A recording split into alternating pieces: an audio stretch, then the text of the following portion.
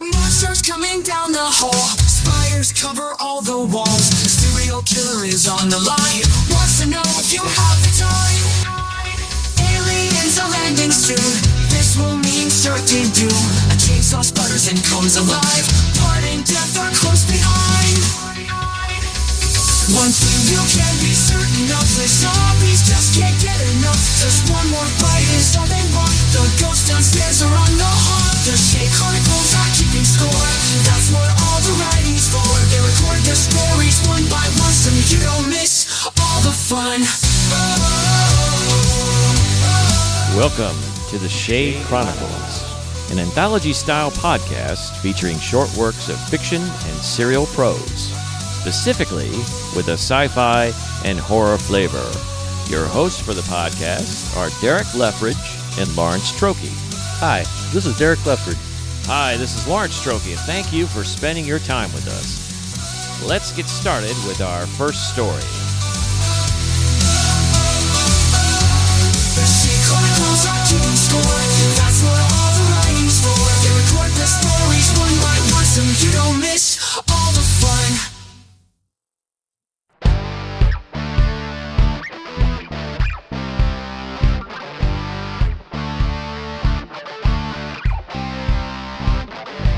Everyone's Watch, Part 1.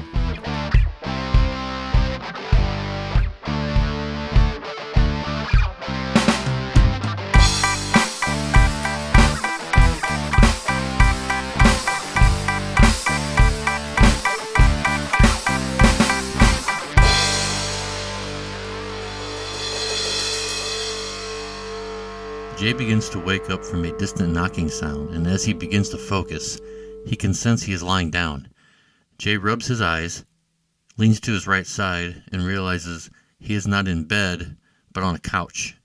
Confusion hits him because he does not have a couch in his one-bedroom studio apartment. He searches his brain for some information and quickly remembers the last thing he did was sit in his first-class seat on an airplane, getting settled, leaned back, and drifted off to sleep. Now he is here, whatever or wherever here is, Jay does not know. He slowly sits up, puts his feet on the floor, and looks around with blurry vision. He can see he is in a small room decorated in a hunting lodge theme that is a bit over the top. Multiple animal heads are mounted on the walls, and various taxidermied animals sit on tables and shelves. The furniture is oddly painted to look old, and two lamps, one on each side of the couch, light the entire room. Directly in front of him, about 6 feet, is what looks like a door flush with the wall without any trim around it, or hinges, or even a handle. Jay stands up, steadies himself, and walks across the bearskin rug on the floor to the odd door. Jay pushes on the door, but it does not budge, so he leans into it with his shoulder and his hip, and it still does not budge. Suddenly a loud click is heard behind him by the couch. He turns and sees a small hatch in the wall has dropped open, and a digital clock with bright red numbers showed 25:00:00. Then a voice from all around announces, "It begins." Jay, startled, stops pounding on the door and says, "Hello? Hello?" An answer comes from a deer head on the wall next to the open latch as its mouth opens and a card or piece of paper slides out and hangs out of its mouth. Jay begins to panic and begins to pound on the secret door and yells, "Hello! Hello! Hello!" The voice, which he realizes is a recording, says again, "It begins." Jay takes a breath to calm himself, stops pounding on the door, turns around, and goes towards the deer's head cautiously. He takes the paper out and reads it, and it says, "Our hunt was very good today. The team got a lot of pointers, and each was marked for each member so we can tell whose is whose. I marked each with a mark, but with a special ink. You may need a flashlight to see." Then there was the word "over." Jay turns the card over, and it says, "Push the button on each mounting plaque in order of number for the code to our hidden trophy room." Very confused and getting pissed, Jay slaps the deer in the face and yells to the low ceiling, "What is going on? Let me out of this." A very deep, real voice now fills the room and says, "Mr. Lane, you need to follow the clues to get your freedom. This is very important to your ability to free yourself." "Why am I here? How did I get here? Is this a joke or something?" Jay asks continuously in frustration. The voice responds, "You have been chosen for an experiment with success or failure. You're succeeding by using the clues and getting out before the timer reaches 0. You're failing by not doing this and suffer dire consequences. A click is heard and silence screams in the room. Anxiety begins to flow through Jay's body, but he remains in control and decides to play. He's going to play this out, so he begins to look around the room for a flashlight. The clock shows 12:45:00. After turning out both lamps to be able to see the glow-in-the-dark numbering on each mounted deer head antler with the flashlight, he presses the final mounting plaque button. To his left, a bookshelf groans and begins to slowly open towards the room. Jay sees this and makes his way to it and pulls it the rest of the way open.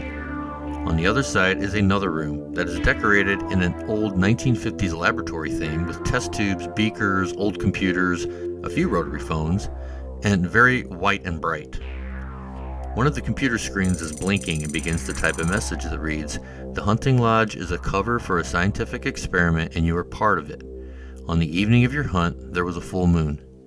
To get the next clue, you must dial, 1 per rotary phone, the date of each main lunar phase of your birthday this year." Being a fan of astrology and studying it in his spare time, this is an easy one for Jay. As he dials the dates per phone, he wonders if this elaborate game is being run by someone he knows or who knows him. As the dial rolls back after Jay enters the last date, a metal click is heard from the closet to his right labeled lab coats. The clock shows 10:05:00. As before, Jay opens the door the rest of the way. There are 3 white lab coats, and there is no back to the closet because it leads to another room. Jay moves the lab coats to one side and walks through the closet into the next room that is dimly lit by a large red light bulb on one of the walls covered in a rusty cage. There is a metal table in the middle of the room with another smaller table beside it with operating tools. Jay spots a door on the other side of the room and determines he will need to solve a clue to get to the next room or possibly out. As Jay walks towards the door, he kicks something on the floor and sees it as a manila folder. He bends over and picks it up. Inside are photos of what looks like a surgery. Also written on the folder is, "The experiment did not go as planned because of the lunar eclipse of 2018. The password to the escape hatch via the panel by the door of this room is the month and date of the eclipse. And yes, aliens are real." Jay looks closely at the picture and sees the surgeries are on aliens, and then he almost drops the folder because he hears a slight moan coming from one of the walls in the room. Jay gets completely quiet and hears, "Hello? Is someone there? I need help." "Yes, I am here. Not sure what is going on, but I think I need to get out of this room. Are you hurt?" No, just scared because I could not get the last clue. "Last clue? Then you get free?" Yes, the last one to get out, I hope. Okay, well, maybe we can help each other. I'm on my 3rd clue and need to get to the next room. I need to remember the month and day of the lunar eclipse in 2018. That was July 27th because my mom kept me out of school to see it. Jay responds, "Wait." And beeps are heard as Jay presses the square buttons on the dial pad of the numerical equivalents of the letter for July and on the panel by the door. Then the 2 and 7, a beep is heard, and the door to the last room clicks open. That worked. You have a great memory, dude. And I have 4.5 minutes to get the final clue and get out of this thing. Jay steps into the next room and the door behind him slams shut, startling him.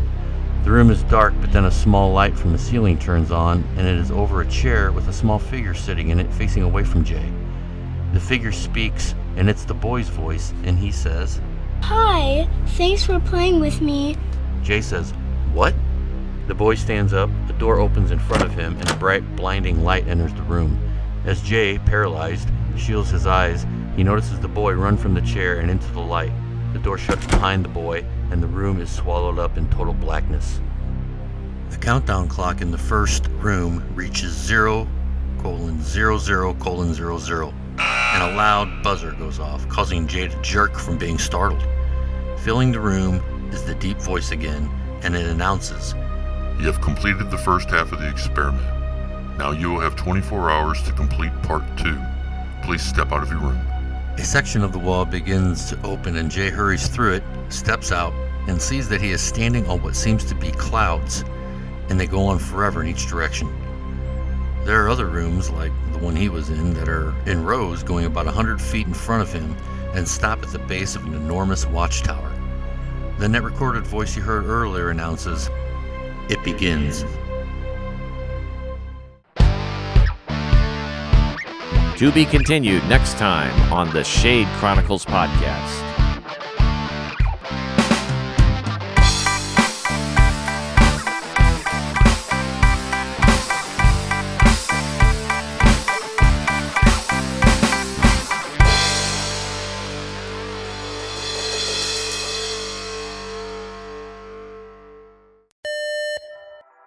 Attention Shade Chronicle podcast listeners. The merchandise store is now open. You can find the merchandise store on the merchandise tab on the Shade Chronicles website, which is at theshadechronicles.com. Find premium t-shirts, hoodies, tank tops, travel mugs, ball caps, and more at the Shade Chronicles podcast merchandise store. We now resume your regular programming.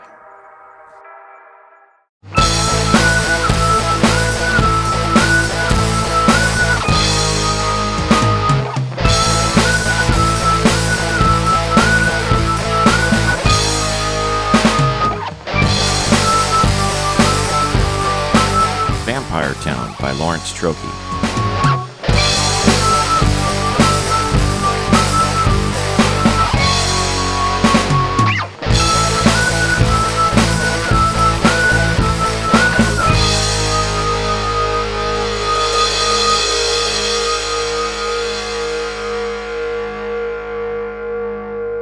The three council members stood over the body of the recently deceased news reporter and were speechless. They were stunned by the circumstances that brought them to this moment. The reporter's body lay sprawled across the hand-knotted Mossad Persian wool rug, his blood now soaking deep into its fibers. Each of the councilmen resisted the urge to fling themselves onto the body for a taste, their primal vampire instinct raising its ugly head. "Well, the rug is ruined. You know that was a gift from the governor," Nigel said, breaking the awkward silence. He was the shorter of the three men, but he certainly wasn't shy about giving his opinion on matters. Nigel was thin, small in stature, and always very pale, even before he was turned into a vampire centuries before. He liked nice things and always kept his home and office immaculately maintained and tastefully decorated. He himself dressed quite stylish without being too flamboyant. "The rug is the least of our worries at the moment," Godric replied. He was the larger of the three and spoke with an air of authority in his voice, like the soldier he had been so many years ago.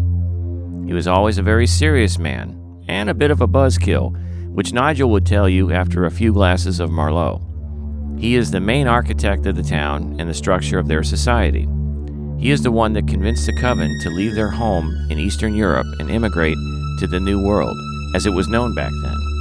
He is the one that insisted they push into the frontier to leave civilization behind, such as it was, and get as far away from humans as possible. They traveled as far as they could go until another ocean stopped their progress. They settled in an area that would eventually become Northern California, near the coast. They named the town New Camus, after the old Prussian word for home.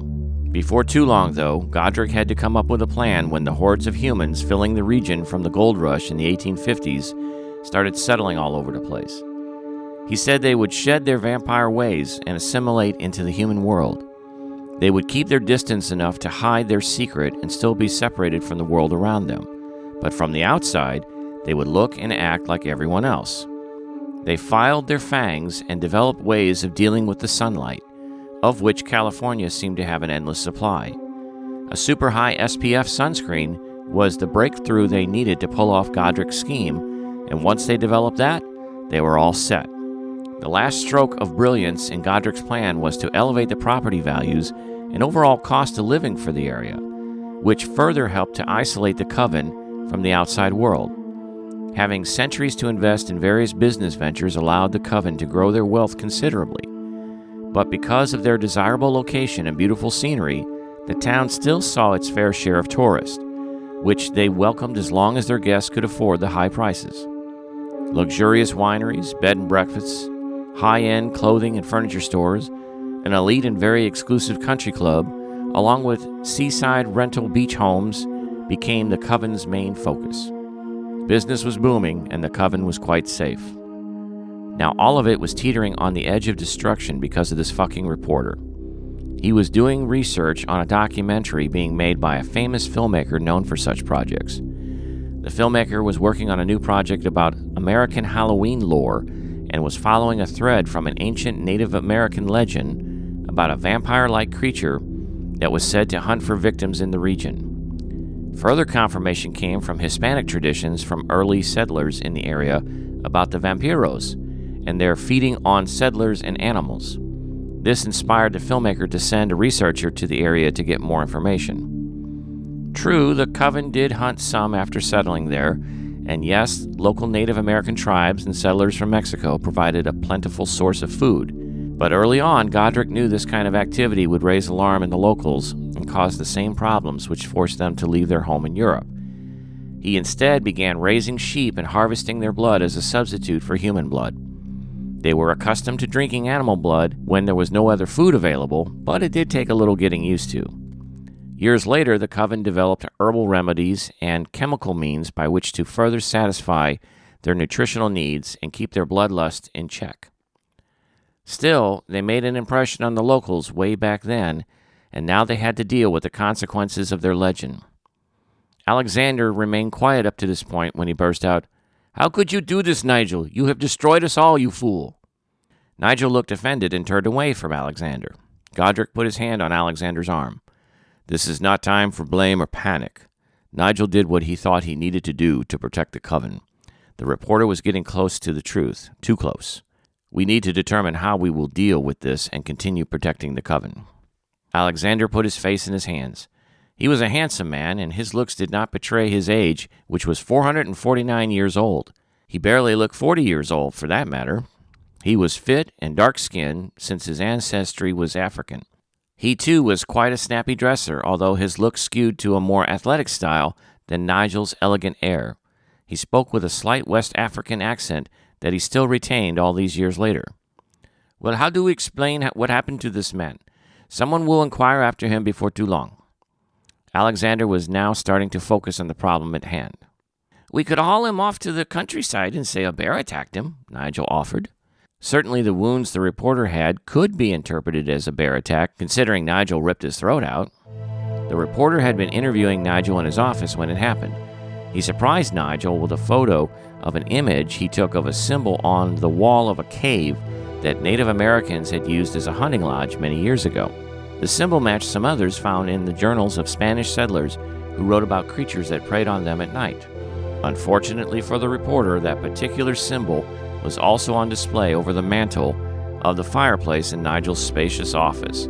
Woven into a tapestry, it was from Nigel's family crest, and, against Godric's instructions for everyone to hide all signs of their past, Nigel liked having a little piece of nostalgia around. He did miss the quaint little village where he was born and raised from time to time. "No, I think a better plan is to pass him off onto someone else," Godric decided. Nigel and Alexander both looked at him, not understanding where he was going with this idea. Godric explained they would dispose of the body and create a story that the reporter discovered a new lead, taking him off somewhere else other than New Camus. Perhaps Mexico or further up the coastline into Oregon or Washington.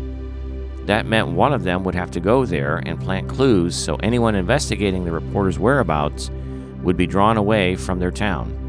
They had very little time to pull this off, so they needed to get started. Alexander volunteered to go to Mexico to plant clues needed to convince investigators the reporter had traveled there. Later in the small hours of the morning, he would sneak into the reporter's hotel room, pack his belongings, and remotely check him out of the hotel on the reporter's unlocked phone. It was a good thing facial recognition software didn't care if you were alive or dead, so long as you still had a face. He would take the reporter's belongings with him and start his long drive down the 101 to Tijuana. Before going to the hotel, the three took the reporter's body rolled up in the Persian rug out the back of the town hall through a service entrance and put him in the bed of Godric's pickup truck.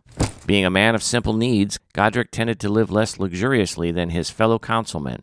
Plus, with owning and operating one of the local farms, He usually drove around in work vehicles anyway, instead of expensive sedans like Nigel and Alexander.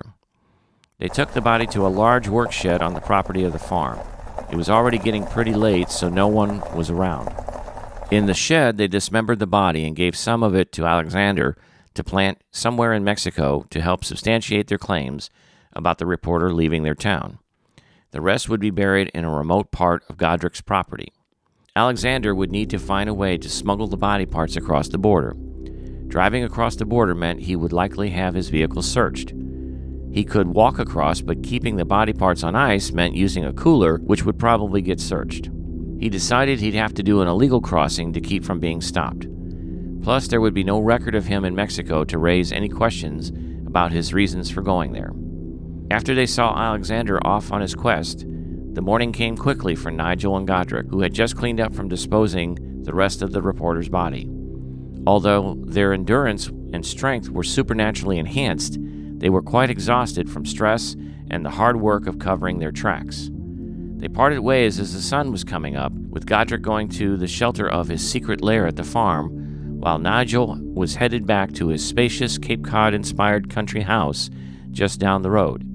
He drove off in his Aston Martin DB11 after bidding Godric a good day.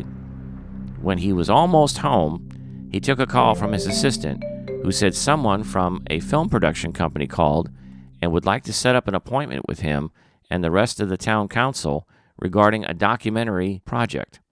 The assistant said the person was calling for the director of the project, who would attend the meeting in person.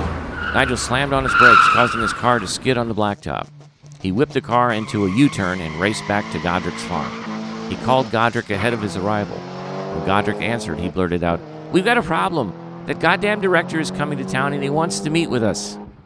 Godric told him to calm down and meet him at the house. Nigel pulled into the gravel drive, spitting bits of rock and dust in his wake. He didn't care about the potential damage being done to his precious vehicle's paint job. He parked and sprinted up the porch, not bothered by the sunlight starting to sear his skin since he didn't have a chance to apply the protective sunscreen.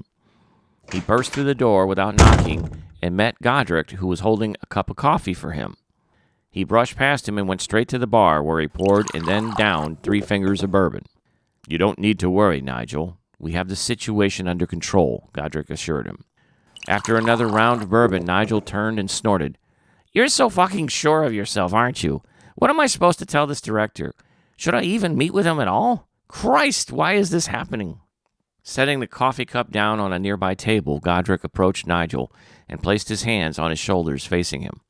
Nigel had to look up into Godric's face, which was hard and thick like it was fashioned from granite.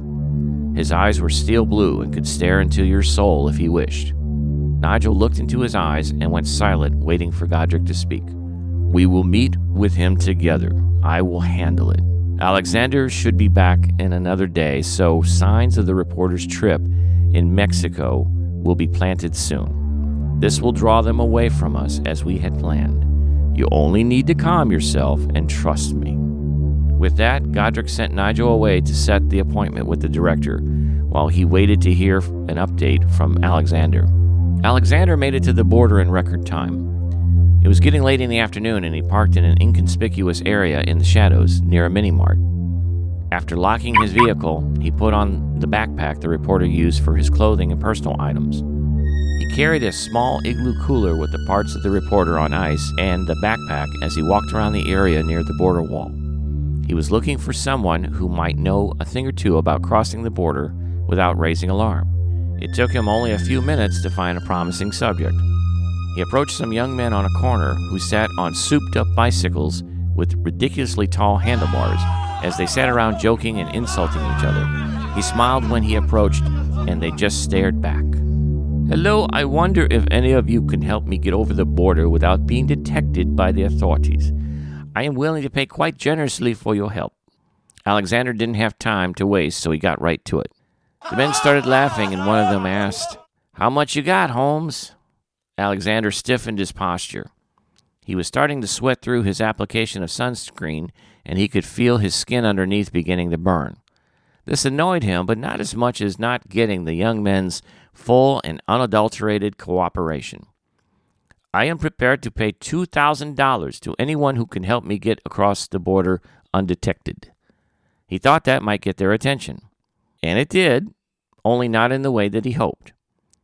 If you are willing to pay $2,000, then maybe you have more than that on you, Holmes. Maybe we just take it all. The one Alexander assumed was the leader of this rabble spoke from the seat of his bike. Both of his hands covered his crotch area like he was keeping it warm or something. His shirt was sleeveless, showing off the innumerable tattoos that covered his thick, muscular arms. The others were laughing and cheering him on. Alexander walked straight up to him and placed his hands on the handle grips of the man's bike. Then he proceeded to bend and twist them until they resembled something like a large pretzel. The other men either dropped their bikes and ran off or quickly pedaled away. Before the man in front of him could depart, Alexander grabbed him by the throat with amazing speed. He picked him up from his bicycle and let him hang there in front of him, gasping and choking in Alexander's grip. Look, I am very tired and I need to get back home soon, so I don't have time to play grab-ass with the likes of you. Alexander tried to reason with the man while he choked the life out of him. When he realized the man's distress, he released him, letting him fall to the pavement. He bent down over him and rubbed his back as the man recovered. I will pay you $2,000, but I need you to show me the way now. Understood? Alexander had to be patient while the man regained his speaking ability. Okay, I feel ya. Let me call my cousin who can help. No bullshit, I promise. The man begged Alexander to use his phone. Very well, but if you are fucking with me, I will disembowel you on the spot.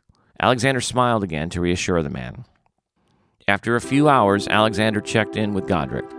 He had, in fact, been across the border, found a hotel that he remotely checked the reporter in using the reporter's phone and credit card.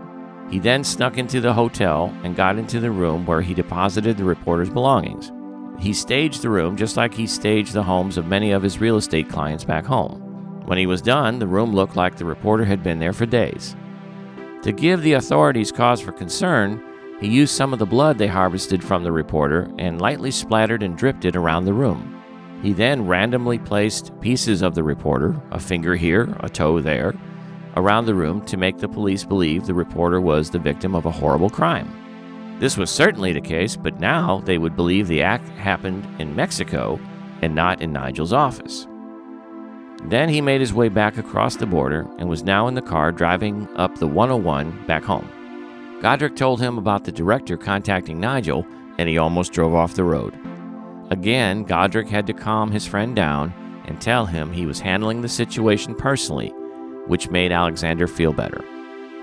Later, Godric and Nigel waited for the director in Nigel's office in the town hall. The director was late, of course, and that made Nigel even more nervous than he already was. Nigel's assistant knocked on the door and then told the pair that the director had just arrived. Before he left to show the director into the office, he looked around and asked Nigel, "What happened to your lovely Persian rug?" Gulping, Nigel quickly lied. "My little Fifi had an accident on it, so now it's ruined. She must have gotten a hold of something. I had to take her to the vet. It was a whole thing." Little Fifi was a 50-pound Portuguese water dog that Nigel would sometimes bring to the office, so this seemed a likely story. "Aw, poor thing," the assistant said, and then showed the director into the room. Godric stood and met him halfway across the room. "A pleasure to meet you." He offered his hand. The director was taken aback by the offered hand. He did not shake hands or touch people for that matter. His assistant quickly stepped in and took Godric's offered hand, smiling and shaking it vigorously, hoping to cover up the awkward moment. Godric didn't really care. He just wanted to get them sent on their way as quickly as possible. He then noticed another man at the back of the room, near the office door, and something about him seemed familiar. It instantly put his guard up. Nigel offered everyone a place to sit, but the man in the back continued to stand by the door during the meeting. Godric would glance at him on occasion during the meeting, and he noticed the man never lifted his gaze from him. Nigel and Godric had to endure 20 minutes of the director explaining his grand vision for the new project. They politely listened and pretended to be interested. After the director was finished, the assistant asked the pair, "We had a researcher who was supposed to be staying here locally, getting background for the project. We haven't been able to reach him for some reason, and we knew he was to have a meeting with you when he arrived. Have you seen him?" Godric spoke. "Yes, charming fellow. He was very enthusiastic about the project, and now we see why. It sounds brilliant indeed. He mentioned while meeting with us that he had just uncovered a lead that would require him to travel to Mexico. It must have been very important because he left the town that very day, if I recall." Nigel chimed in. Yes, he nearly left skid marks on the pavement. He was so excited." Nigel said this and followed it with an awkward, nervous laugh. "Did he say where in Mexico?" the director asked. "Tijuana," Godric said. The man in the back of the room stiffened. He crossed his arms and continued to stare at Godric. The group wrapped up their meeting with Nigel promising to contact him if they heard anything from the reporter again. The director and the assistant left the office, but the man in the back of the room lingered. Nigel had gone with the director and assistant to show them out. Godric remained in the office with the man. The man spoke. "Do you think they believe you? They probably do, you know. But I know better." "Excuse me?" Godric said and stood to face the man. "I know what you really are. And I know what you did to the reporter, too. I can smell it in the air." Godric tensed up. He was ready to attack this man if necessary, but he wanted to know who he was first and how he knew what he claimed to know. The man casually walked towards Godric. "I've hunted your kind for generations. I've hunted you before, but somehow you evaded me. Until now." Godric suddenly realized who this was. It was one of those damn Van Helsings, vampire hunters. This one had tried to hunt down Godric's coven back in Europe, but they escaped his efforts. He was one of the nephews of the old patriarch Van Helsing, the one who had started it all. This one had been bitten by a vampire during one of his hunts. He managed to kill the vampire that bit him, and it left him with an unnaturally long life and strength that would rival Godric's own prowess. Godric approached him slowly with his hands raised. "Please, let me talk to you for a moment." "Begging won't help you, vampire. I will not be swayed from my mission to rid the world of your kind. We are a peaceful people. We have lived here in peace for generations. We are farmers and shop owners, townspeople. We are not wild animals feeding on the innocent." Godric continued to try to reason with him. "You mean the innocent like the young reporter you murdered to hide your sin? We were frightened. Everything we have built was at risk of being taken away. If you just give me a chance to show you who we are, you will see the truth." Godric begging him now to give him the benefit of the doubt. "Aye, and then you'll rip my throat out when my guard is down." He didn't finish the statement. He was not able to, due to the broadsword blade that was suddenly thrust through his heart from the back. Alexander held the hilt of the blade and shoved the sword deeper into the man. He slumped over, skewered on the sword, and then fell to the ground lifeless. "I see I got back just in time," Alexander said, looking over his victim. "A Van Helsing, I presume?" Godric nodded. Nigel returned to the office. He entered to find the other two fellow councilmen looking down on the body in the center of the room. He joined them. All were speechless. Then after a moment, Nigel offered, "I hear good things about Argentina. They make an incredible Chardonnay, you know."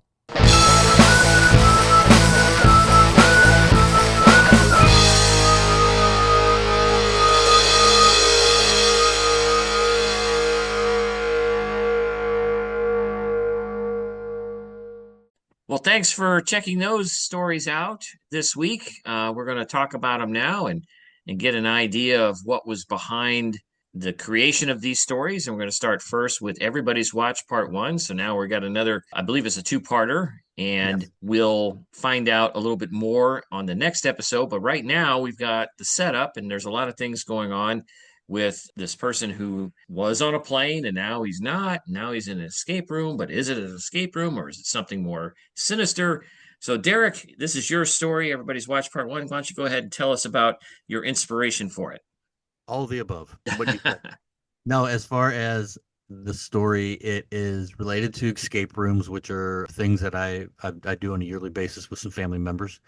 And I really like the idea of them because it's very big storytelling, and that's interesting to be able to go with and learn about. And I integrated that into a story, being this one here with the character Jay and what he's going through and not understanding what he's going through, Mhm. and then being able to kind of work his way through the rooms, giving clues to kind of him and things like that to be able to lead up to what part two is going to be, Mhm. in the sense of how it's going to kind of meld all together.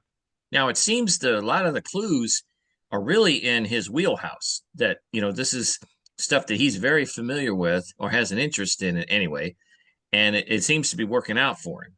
Yeah, that was the details of what it is. It's going to be that, you may want to reflect back to the first part, but you've kind of been giving clues to how he is mentally going with this. Okay, let's see where this is. I got no other options.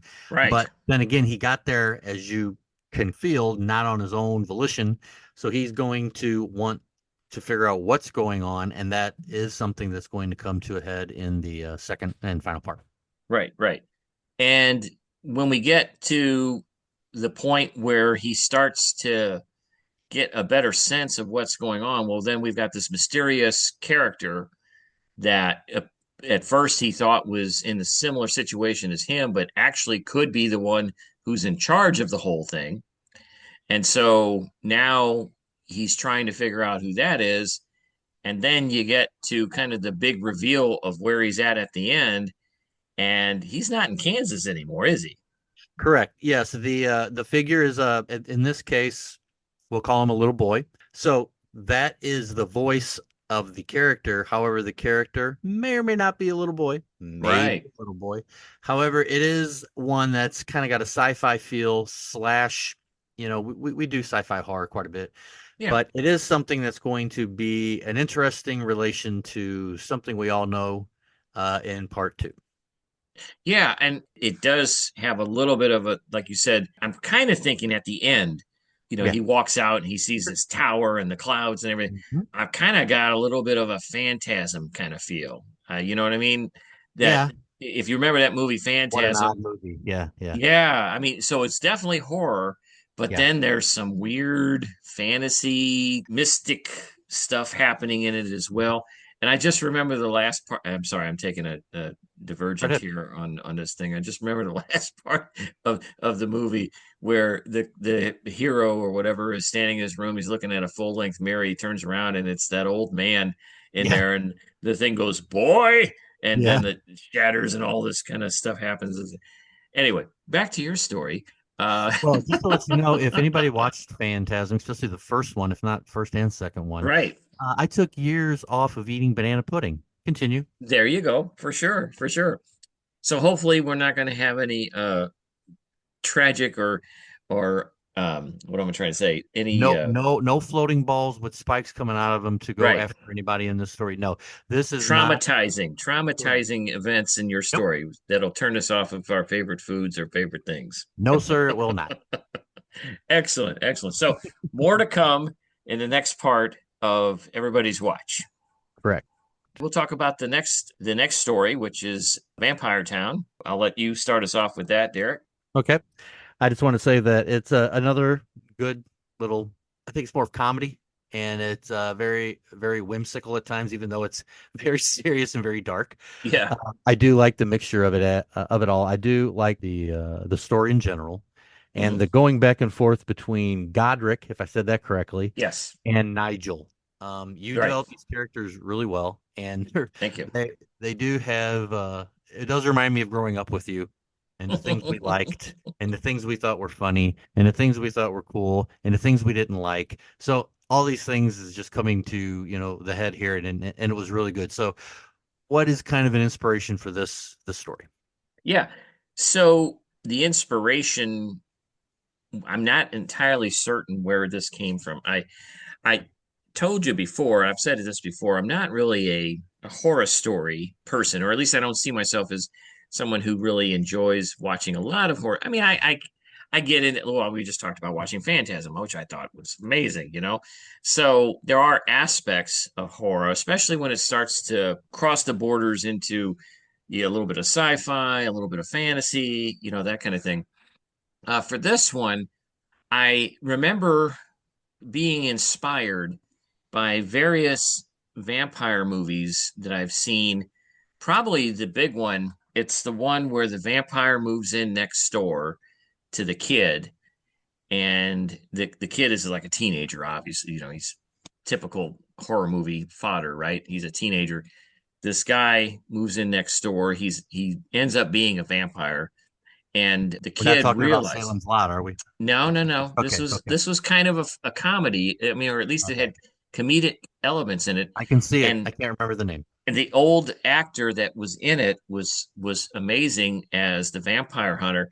He actually hosted or he was on TV at a certain time during each week, and he would play horror movies. It was kind of like a no, Elvira. No. Elvira, yeah. Yeah, Elvira, Mistress of the Dark. Yeah. But yeah, kind of like a Elvira, Mistress of the Dark kind of host that this guy would introduce these horror movies on the TV station that he was working at. And the kid thought, well, this guy must know how to kill a vampire. So, and Yeah. he was an actor who played in some vampire movies in the past. But of course, that ship has sailed, and he's just trying to eke out a living in his Hmm. near retirement age. And this kid drops this real life vampire situation in his lap. So that was one thing that inspired Fright Night. It was called Fright Night. Oh, Fright Night. I remember now. Yeah. Yeah. So, and that was the original, not the remake that they did just a few years ago. Hmm. So the original one, I thought that was brilliant. I mean, I love that movie. And so you got the elements of horror and all of that going on with the vampire. And then you got the comedic elements of this actor who was clearly not qualified to take on this task. But the kid has so much faith in him because he's watched all his movies and is a big fan or whatever. So movies like Fright Night inspired me to write this story where we've got a real life problem. You've got the vampires who are trying to fit into society, and somebody uncovers their secret, and now they've got to figure out how to deal with it. So that those things were real life bumps up against this horror fantasy realm is what I was looking at. Right. And I think that, like you've mentioned before, the title has created the story for you in a sense. And Vampire Town does talk to it, because I do like how you get into the details of the origin and the plan of the town and the creation of it and what they're all doing there, in the sense of being able to coexist but kind of have their own world. So that was very interesting. I like that back and forth and descriptive and taking me into that environment, as I said many, many times. Also, I think the Van Helsing connection is a nice twist. Yeah. So at that part of the story, I wanted there to be some conflict, but of course I was shooting for not doing a two-parter. I wanted to keep this thing, under 25 minutes if at Yeah. all possible. And it's hard for me. Hmm. So I wanted to up the ante there at the end, where these vampires think that maybe their plan has worked, and they have convinced the director and his people that this reporter has moved on and maybe suffered a fate somewhere else, instead of right there in their office. But now you've got the kick to the nuts right there at the end, where the vampires realize, holy shit, this guy knows who we are, and he knows our secret, and he's going to reveal everything. How do we fix this? And And so, to interrupt you, I like yeah, how you sure. fix it, in the sense of it's building up, it's building up. You got this super vampire killer. The main guy seems to be afraid of him, things like that. And then old Nigel comes back and ends us with a comedy trope, which I think Right. is great. I do like that about certain things, where we're always having the good person or a big happy ending and stuff like that, which is great. I mean, it's great to have the bad guy lose and the good guy win. I've done that quite a bit, but then I do have a soft spot for the bad guy just making the good guy look like an idiot. Right. I like that. Yeah, and mostly this is not a story that is all that unique, although it's probably more unique than some of the other ones I've written lately. But I always try to focus on the voice and telling an interesting story and having the characters really invest in the characters and make them come alive. That was the goal in this, other than just telling an interesting story. Yeah, you helped me, and I think the listeners visualize all the characters, and it was a good story. Well, thank you very much. I appreciate that. So that wraps up episode 15, and we will be kicking it over to the sneak peek for next week. We've only got a few more episodes left till the end of the year, and Derek and I are working feverishly on those to take us to the end of the year and hopefully entertain you all the way. So again, for the Shade Chronicles, I'm Lawrence Trokey. I'm Derek Leftridge. And we thank you for listening. We'll see you next time. Next time on the Shade Chronicles. As he walks up, on a cloud floor no less, he sees 4 rows of rooms leading up to a watchtower and decides to walk down the middle row. As he walks, he can hear muffled sounds of people talking to themselves or moving things in the rooms, and he assumes they are trying to find clues as he had to. However, once he gets about 5 rooms deep, he sees something else, and it is a person's torso lying by the back of one of the rooms. In shock, Jay stops walking and moves over to the side of the building across from the one with the torso. He goes to a knee to get on the same level as the torso to be able to see better, and notices the clouds are getting thinner, and he can now see clearer to the tower, and the rooms and more assorted bodies and body parts are lying by the rooms, all in the walkway. Jay summarizes, "So you're saying since I am human, I can get to the tower and to the boy and use your secret to stop him. Don't you think if the boy is in control of this place and knows I'm alive, he knows I will make my way to the tower?" Oh yes, he is expecting you. Preston Albrecht stood just 5 feet behind the President of the United States, watching him play to the enormous crowd that had come to celebrate the President's victory. His fingers stroked the 3D printed composite pistol in his inner pocket while he watched the back of the President's head. His hand kept in constant contact with the pistol in his pocket, making sure it was there and hadn't fallen out of his coat onto the crowded stage. It was literally minutes before the President was to do the very thing that Bob wanted Preston to stop. Now, as he stood there ready to pull the gun and end the President's life, his courage failed.